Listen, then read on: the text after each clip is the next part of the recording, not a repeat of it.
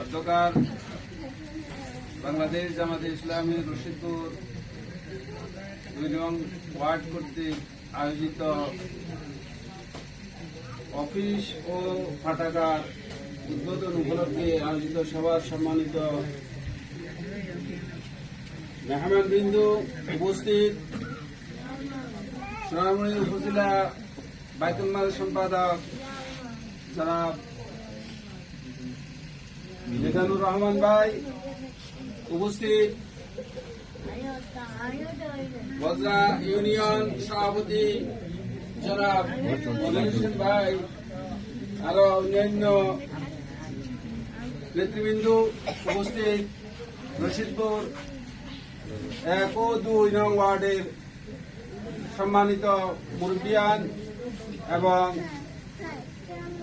আমাদের সহযোগী যোদ্ধা ভাইয়েরা, আসসালামু আলাইকুম ওয়া রাহমাতুল্লাহি ওয়া বারাকাতুহু।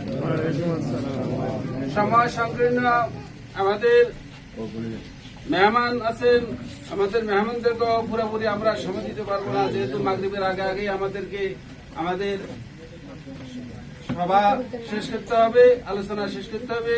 সুতরাং আমার পূর্ববর্তী বক্তা আলহামদুলিল্লাহ অনেক গুরুত্বপূর্ণ বক্তব্য রেখেছেন। আমাদের আদর্শ উদ্দেশ্য কি এটা জানার জন্য আমাকে আজকেও আমার এক ভাই প্রশ্ন করেছে, আপনাদের আদর্শ উদ্দেশ্য কি?